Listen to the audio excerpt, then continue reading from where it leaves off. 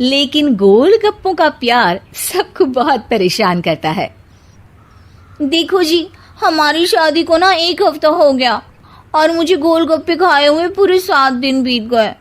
इतने लंबे समय तक अपने गोलगप्पों के बिना मैं आज तक नहीं रही। ओहो, आई बड़ी गोलगप्पे खाने वाली। हुक्म तो ऐसे चला रही है जैसे तेरे पापा ने हमें यहाँ कोई दुकान खोल कर दी हो। बेटी तो दी है ना, अब उसे थोड़े गोलगप्पे तो आप भी खिला सकते हैं ना। अरे देखो तो जरा, नास पीटे गोलगप्पों के पीछे कैसे कैंची की जैसी जुबान चल रही है इसकी। देखिए मम्मी जी, आप भले मुझे कुछ भी बोलिए, लेकिन अपने गोलगप्पों के लिए मैं कुछ नहीं सुन सकती। हाँ, अरे मैं तुम्हें गोलगप्पे खिला दूंगा, थोड़ा सब्र तो करो। पिछले 7 दिनों से सब्र ही तो कर रही हो ना। अरे गोलगप्पे ही तो है, इतना बेचैन क्यों हो रही हो? आ जाएंगे। सुनो जी, हम लड़कियां पति के बिना रह सकती हैं, पर गोलगप्पों के बिना नहीं, कभी नहीं। वो मेरा पहला और आखिरी प्यार है। निहारिका की बात सुनकर उसकी सास और पति सिर पकड़कर बैठ जाते हैं। जिसके बाद राम गोलगप्पों का इंतजाम करने घर से बाहर चला जाता है। कुछ देर बाद वो गोलगप्पे लेकर घर वापस आता है, जिन्हें देखकर निहारिका सारे काम छोड़कर खुशी से भागते हुए राम के पास आती है। तुम आ गए? इतनी देर क्यों लगाई? पता है ना मैंने तुम्हें कितना मिस किया। अरे थोड़ी देर पहले ही तो घर से गया था। क्या तुम? अरे मैं तो अपने गोलगप्पों से बात कर रही हूँ, तुमसे नहीं। निहारिका का गोलगप्पों के लिए ऐसा प्यार देखकर राम हैरान रह जाता है।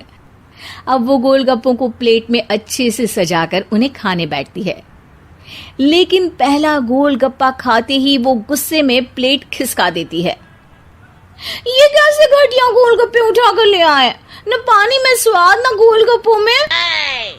हाय हाय, महारानी के नखरे तो देखो, इन्हें गोलगप्पे में भी अलग अलग स्वाद चाहिए। ठीक है, आप लोग इस पर बहस मत शुरू कर देना, मैं ना कल दूसरी जगह से खरीद लाऊंगा, ठीक है?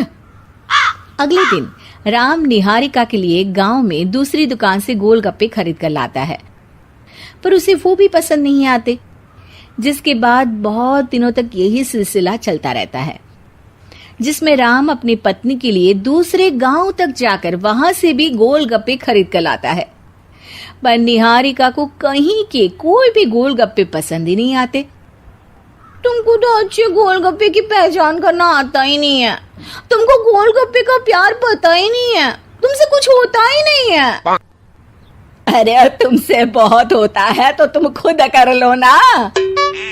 सास की बात पर निहारिका बैग पैक करके घर से जाने लगती है, जिस पर राम उसे रोकते हुए कहता है, अरे इतनी सी बात पर कोई घर छोड़कर जाता है क्या? मैं कल शहर जाकर तुम्हारी पसंद के गोलगप्पे ले आऊंगा, ठीक है? आपको कहीं जाने की जरूरत नहीं है, मैं ही शहर चली जाती हूँ और घर छोड़कर नहीं जा रही, गोलगप्पे खाने जा रही हूँ। ये कहकर निहारिका शहर में अपने पापा के घर चली जाती है, जहाँ पर वो सुबह के नाश्ते से लेकर रात के खाने तक में मन और पेट भर कर गोलगप्पे खाती रहती है, जिससे उसकी तबीयत खराब हो जाती है और उसे अस्पताल में एडमिट करना पड़ता है। फूड पॉइजनिंग है, जंक फूड बिल्कुल बंद करना होगा। लो, बहुत गोलगप्पे गोलगप्पे करती रहती थी, कर दिया ना गोलगप्पे ने बीमार। और खाओ अब। माँ, इसके बारे में हम घर जाकर बात करेंगे। कुछ दिनों में निहारिका ठीक होकर अपने ससुराल वापस आ जाती है, जिस पर एक बार फिर सास बहू की नोकझोंक शुरू हो जाती है। अब थोड़े दिन अपने प्यार से दूर रहना, नहीं तो इस बार सीधा भगवान के घर पहुंच जाओगी। इस बार सास की बात का कोई जवाब दिए बिना निहारिका अपने कमरे में चली जाती है। बीमार होने की वजह से निहारिका गोलगप्पे तो खा नहीं पाती, लेकिन अभी भी उसके मन में हर वक्त उन्हीं के ख्याल चलते रहते हैं। हाय मेरे प्यारे गोलगप्पे, इस कलमुए फूड पॉइजनिंग ने मुझे मेरे प्यार से दूर कर दिया। मेरे गोलगप्पों, मुझे तुम्हारी बहुत याद आ रही है। अगर मैंने तुम्हें खाया तो मम्मी जी तानों के ही गोलगप्पे बनाकर मुझे खिला देंगी।